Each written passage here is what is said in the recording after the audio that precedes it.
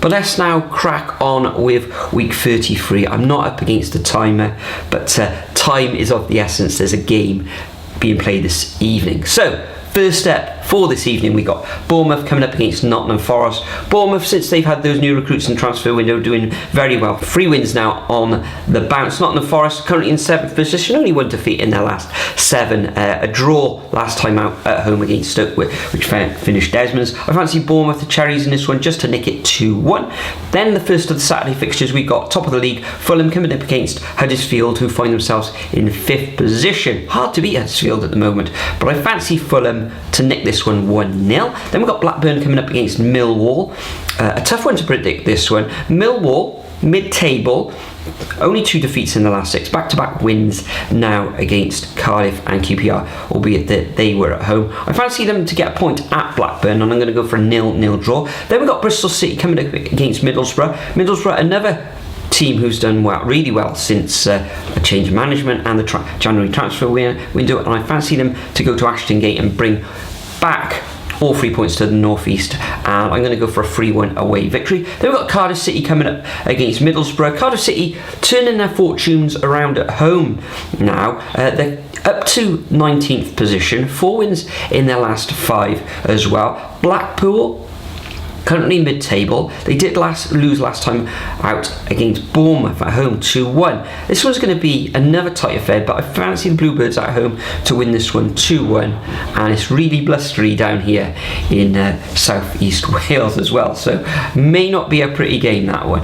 Next up, we've got Coventry coming up against Barnsley. Coventry on the end of a 2-0 defeat against Cardiff last time out, and Barnsley actually picking up a win against QPR. That was a very good win, making a little bit of a fight for it now, perhaps at the bottom of the table, but I fancy Coventry to take the spoils in this one 2-0.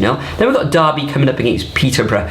Massive match, this one. Can Derby gain all 3 points against the Peterborough side who drew last time out at home against Reading, which really they should have been looking to win that one? It finished 0-0, I think. I fancy Derby in this one to take all 3 points. I'm going to go for a 1-0 home win. Then we've got Luton coming up against West Brom. I think this one will end up all square. West Brom dropping, you could say, like a stone, but they did grind out a draw at home against Blackburn. I fancy this one to end up in a draw, a 1-1. Then we've got Preston coming up against Reading.